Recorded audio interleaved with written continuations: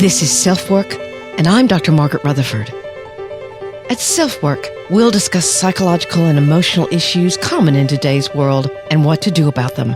I'm Dr. Margaret, and SelfWork is a podcast dedicated to you taking just a few minutes today for your own self-work. Hello, and welcome to the 150th episode of SelfWork. I cannot believe we're there. I actually looked it up. It's a sesquicentennial event. But happy 150th episode. I couldn't find any traditional ways of celebrating 150, so a few sound effects will have to do.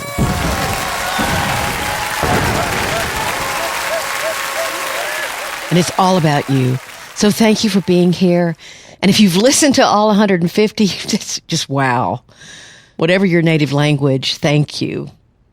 This past week in my Facebook closed group, someone posted a graphic where the writer asked, if I inflict pain on myself, isn't it just as valid? It was and is an interesting question. Since this is the last of the series on aspects of depression, I began wondering what might be the common thread in behaviors that are considered ways to escape pain. Depression is innately painful. It's lonely. It's dark. Sometimes you lose hope, then you can find your way out. So some turn to self-destructive behaviors to gain some form of perceived control or escape. And that's what we're going to be talking about today. Very diverse self-destructive behaviors. Not very celebratory, I guess, but I think very important. I'll offer stories from my own patients and how they began to change their thinking about the escape routes they'd come to count on and to learn the skill of self-soothing that so many struggle to adopt, because that's the answer to self-destructiveness is self-soothing. And I'll offer the question that I've used to help people begin to understand what function these behaviors are serving. This will become more clear, I hope, when we get to the examples. The listener email is from someone who believes her husband experiences perfectly hidden depression. But since he's highly perfectionistic, how could she approach him with her concern about it that he could perhaps tolerate? Since she used the new SpeakPipe feature, and you can too, you'll hear her question and her own words. Love the new SpeakPipe feature, and if more of you want to use it, that would delight me. So today we're going to be talking about self-destructiveness, but also self-soothing.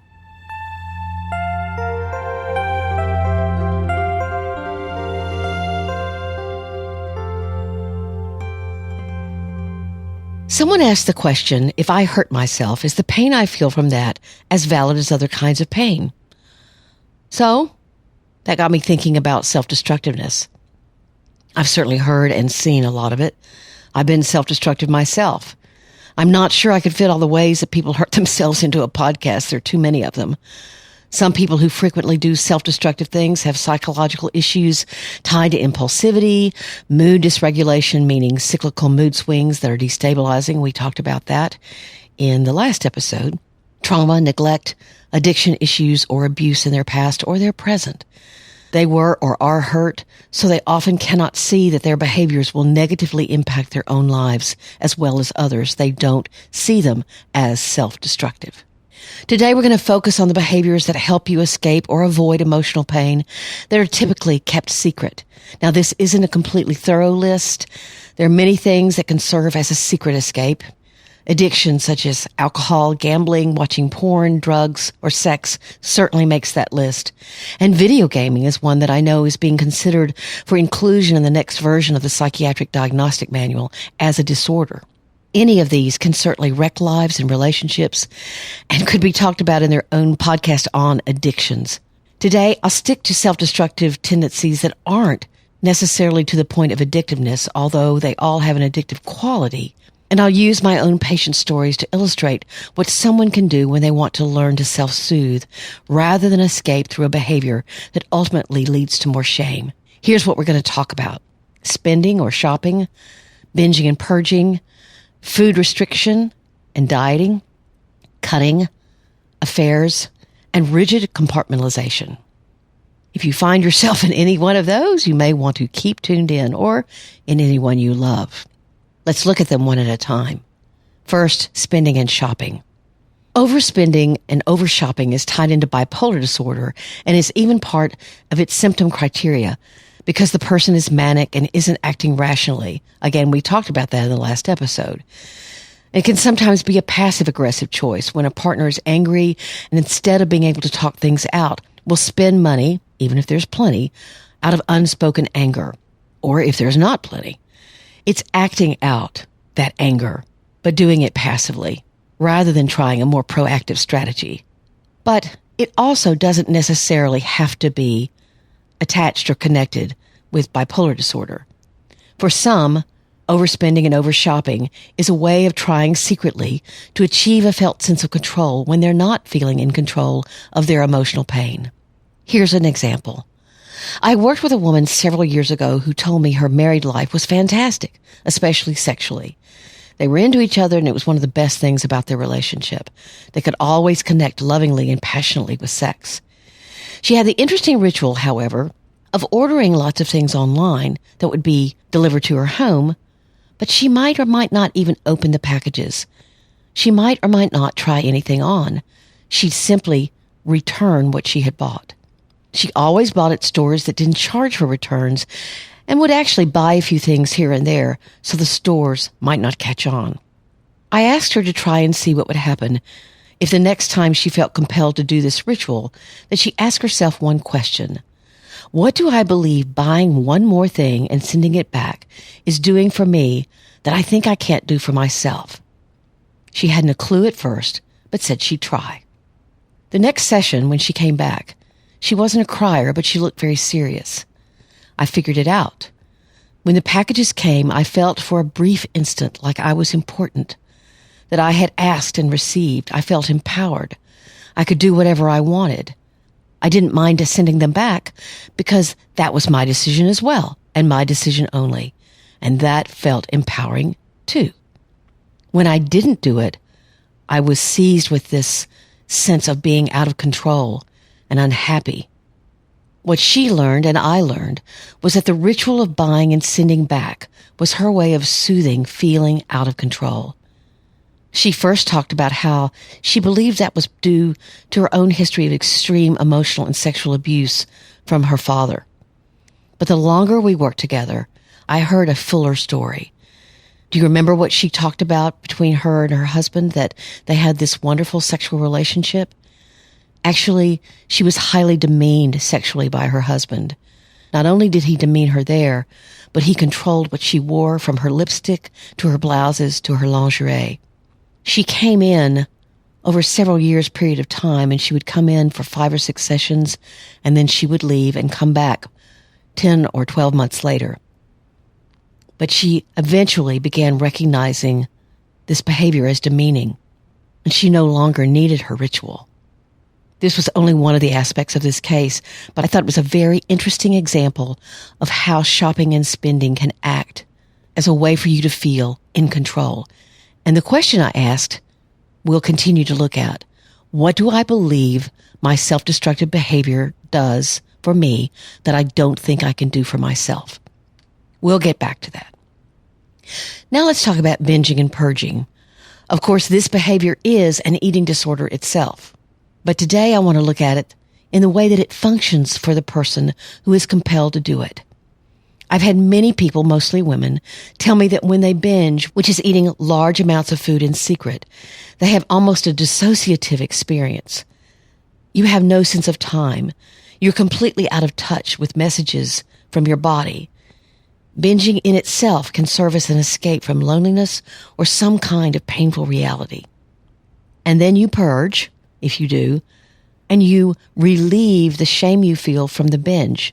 Again, this is sort of a two-headed monster. You binge, and that's self-destructive, and then you purge, and that's also self-destructive. Or the reason for purging could be more unique to you. That's why the question is important.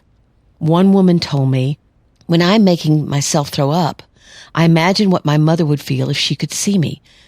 I'd be mad over something she'd said at lunch, and I'd punish her by going into the restaurant bathroom and doing something that would make her sad if she knew. I hope you can hear the tangle of her reasoning. She was angry, but couldn't or didn't know how to express it. So she turned on the escape valve that she knew, and she made herself throw up. So again, the question, what are you telling yourself this choice will do that you can't do for yourself? That could be about binging, that could be about purging, or that could be about that entire cycle. So in therapy, we went on to talk about how she could be angry and communicate that assertively. And her purging began to decrease. Now let's talk about food restriction or dieting or compulsive exercise. Again, anorexia or food restriction, severe food restriction, is in itself a behavioral disorder. And it's almost always a secret behavior, although the more severe it is, the less it can be maintained secretly. The weight loss is too noticeable. But really, anorexia is a way of trying to escape from or cope with low self-esteem and lack of perceived control. It's not really about food, nor is dieting, nor is compulsive exercise. Perhaps you are or know someone who diets all the time, or is compelled to do the latest fitness regimen. What do you think that this behavior is offering you that you can't do for yourself or for them? In many cases, the zealous results prove to someone that they are worthy, that they can do an hour-long hot yoga session or keep up with much younger people in CrossFit or get their body fat down to some weirdly low number, and that becomes what makes them special. Now, I'm not knocking exercise or fitness or healthy eating, but when you're compelled to do it, when its importance turns addictive and absolutely necessary, there's something wrong. Our culture doesn't help because often you get accolades from others. Wow, you look great. When actually maybe your clothes look good on your body because we're trained to appreciate that kind of look in magazines. The folds fold where they're supposed to fold.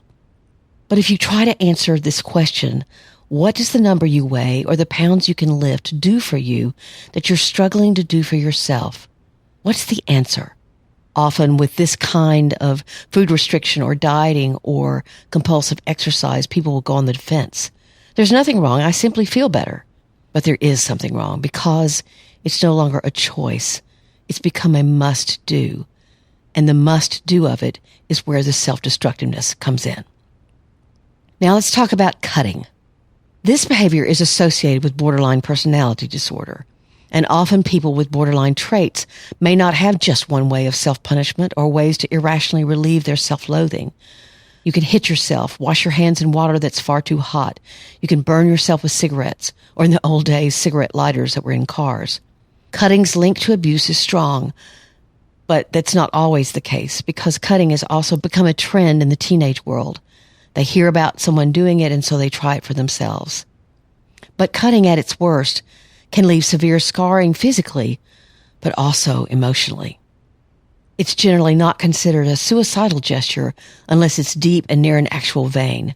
That is definitely cause for concern and immediate action. But cutting is also a way for those whose pain seems unmanageable to achieve one of two things that have been described to me. First, the person cutting feels the physical pain of the cutting, which makes them feel better or acts to help dissociate them from their emotional pain. Or two, the person actually dissociates from all of it and doesn't feel any physical pain, but gets relief from seeing their blood come to the surface. Either one of these act as a release. Whether they don't feel the physical pain, but they get a release from seeing their blood come to the surface, or they do feel the physical pain, and that somehow distracts them from their emotional pain. Both of these are hard to understand. Cutting is usually hidden, so legs are a frequent target. So you know there's shame in doing it, and it can only add to inner turmoil. Cutting can go and come, but once it begins, it tends to stick around as an option when things get out of hand, and again, you're struggling to find a way to soothe yourself. I've had many patients who physically abused themselves over the years through cutting or burning or hitting, but one comes to mind. Let's call her Kate. She was highly perfectionistic and had OCD as well.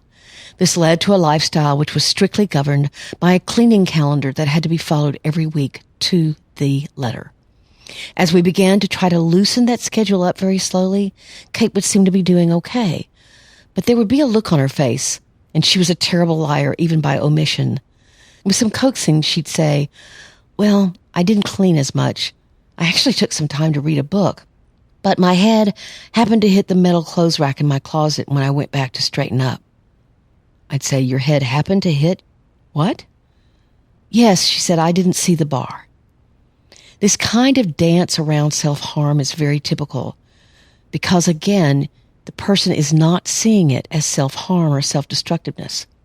They're also ashamed, and they want to tell you so that you can help. Let's ask the question, what did the behavior give her that she could not give herself? It sounds to me like she couldn't give herself permission to relax without shame. In her distorted mind, she needed to punish herself, to release her shame through hitting her head. The behavior was functioning as a way for her to soothe herself while also giving her the message that she'd done something wrong. You can see the complexity of the problem. Just FYI, Kate had been sexually molested by a sibling for years, had told her family as an adult, and nothing had changed.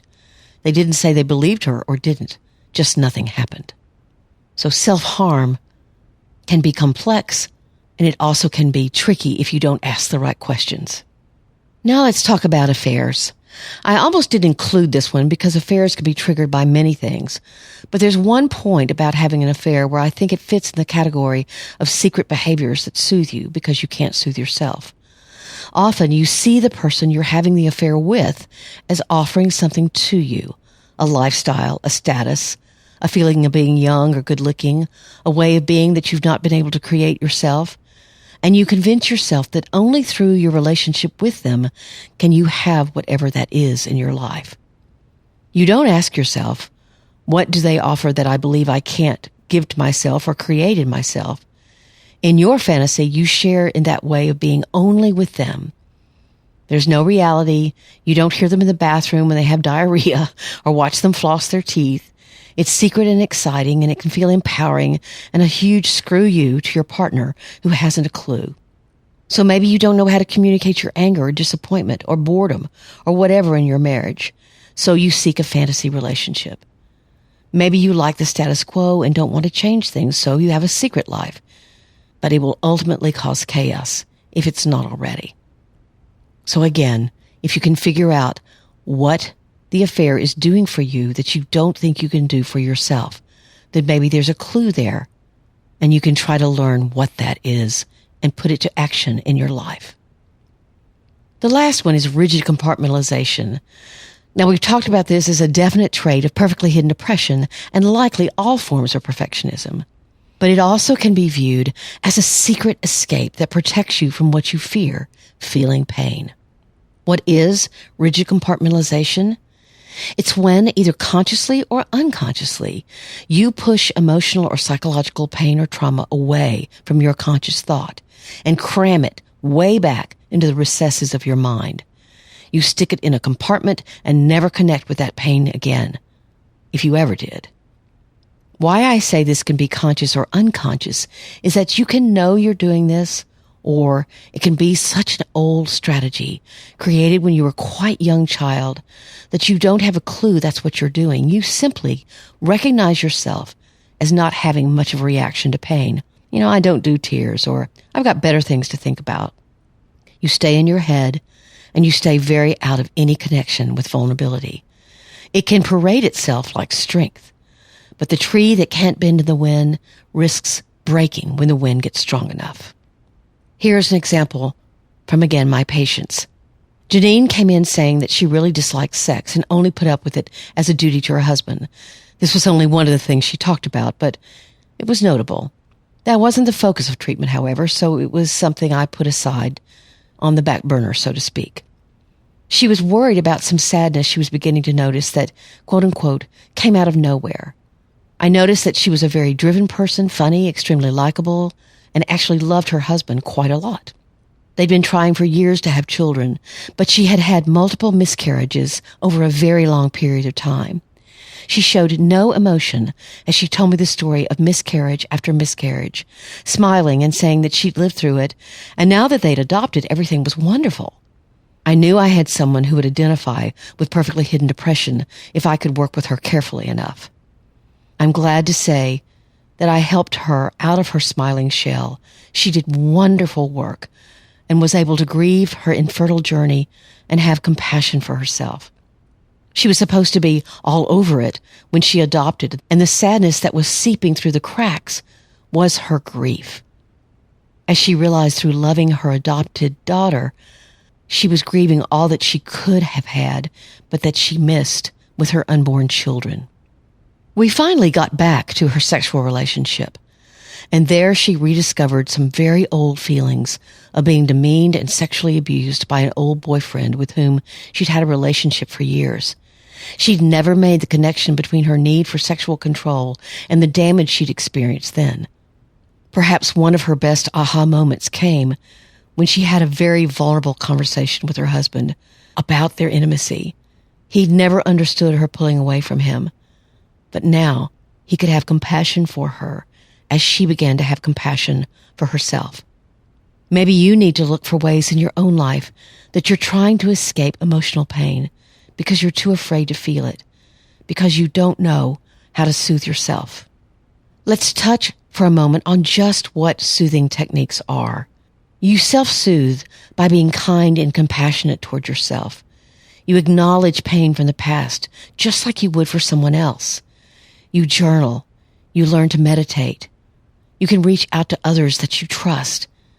There may not be a lot of those people, but if you really think about it, there's usually at least one or two people you think, I can trust them with who I really am.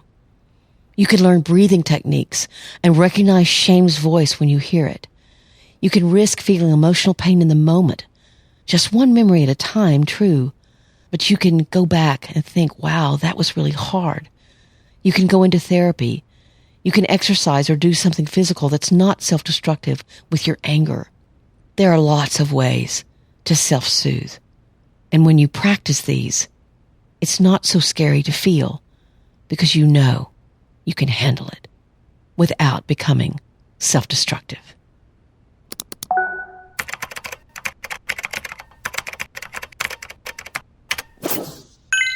Our listener email for this 150th podcast is from a woman named Beth.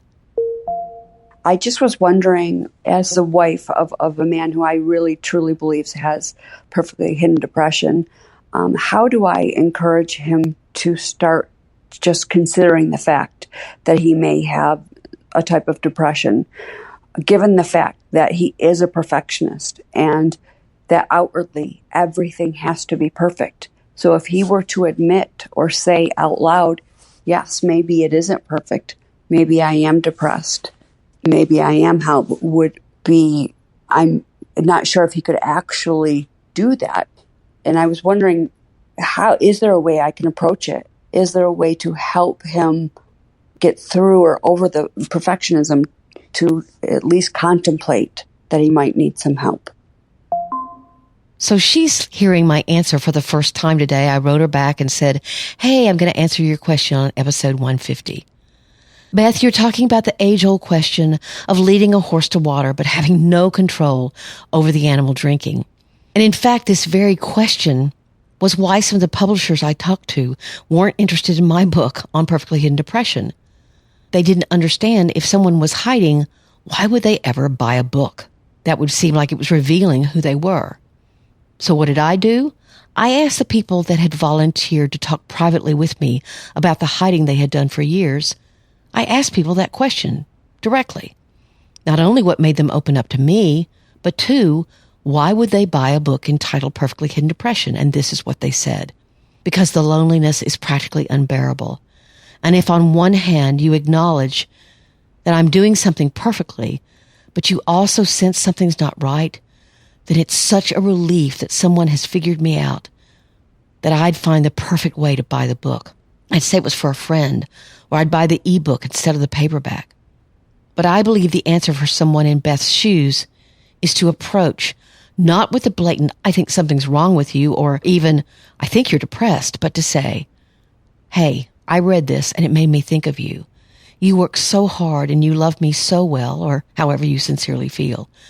And yet I've wondered if something else is going on, because I've also noticed that you, and again, this would be unique to you, But I noticed you didn't cry when your friend John died, or you're taking on so much responsibility, just more and more and more. And then show them the article or have them listen to the podcast on perfectly hidden depression, maybe the one on the 10 shared traits. That seems to be one that really catches people's attention. And then back off, because you have to let them simmer in the information. You have to let them decide, can I come forward? But you have both complimented them on what they give and at the same time stated your concern. What my interviewees convinced me was that if someone's pain was bad enough, they would respond. So know, Beth, that you are planting seeds, and then watch carefully and support whatever acceptance your husband can muster. Good luck to you. Your husband's a lucky man to have someone who sees his pain and actually wants to help him. I hope he realizes that and responds.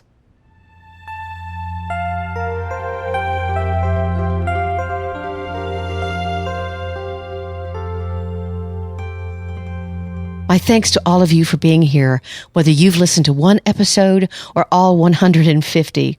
You do not know how much it means to me to hop onto iTunes or Podbean and see your comments, read your reviews, and listen to your constructive criticism. For example, I've tried to make the introduction much faster because I had some feedback from those of you who listened to a lot of episodes that it was too long.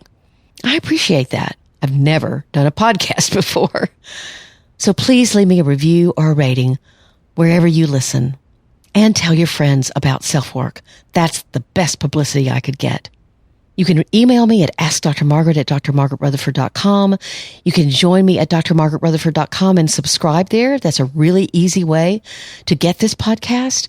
You'll also get my weekly blog post and some information about what's going on, but not much really. I leave you alone. You can join me over on my closed group on Facebook at facebook.com/groups/selfwork. And please leave me a message on SpeakPipe so I can hear your voice. It always helps me to know how you're asking your question so I answer it the right way. My gratitude to you again for being here. Onward to episode 151. Take very good care. I'm Dr. Margaret, and this has been SelfWork.